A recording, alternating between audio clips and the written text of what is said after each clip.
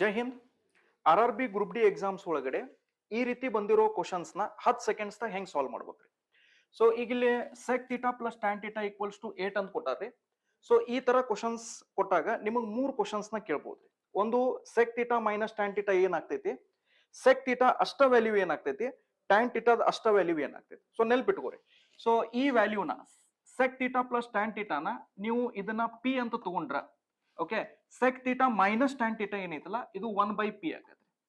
Okay, ಬರೇ sec ಥೀಟಾದ value ಕೇಳಿದ್ರ ಅಂದ್ರ p square plus 1 divided by 2p ಆಗತ್ತೆ. tan ಥೀಟಾದ value p square minus 1 divided by 2p ಆಗತ್ತೆ. ಸೊ ಈಗ ನಮ್ಗೆ ಏನ್ ಕೇಳಿದಾರ ನೋಡ್ರಿ, sec theta minus tan theta ಕೇಳಿದಾರ. sec theta minus tan theta ಅಂದ್ರೆ ಏನ್ರಿ, 1/8. ಸೊ 1/8 ನೀವು ಪರ್ಸೆಂಟೇಜ್ ದಾಗ ನೋಡಿದ್ರ ಅದು 12.5 ಆಕೈತಿ, ಬಟ್ ಅದು ಪರ್ಸೆಂಟೇಜ್ ದಾಗ್ರಿ. ಸೊ ಹಂಗಾದ್ರೆ ಇಲ್ಲಿ ಎಷ್ಟು ಆಕತ್ರಿ, 0.125 ಆಕೈತಿ.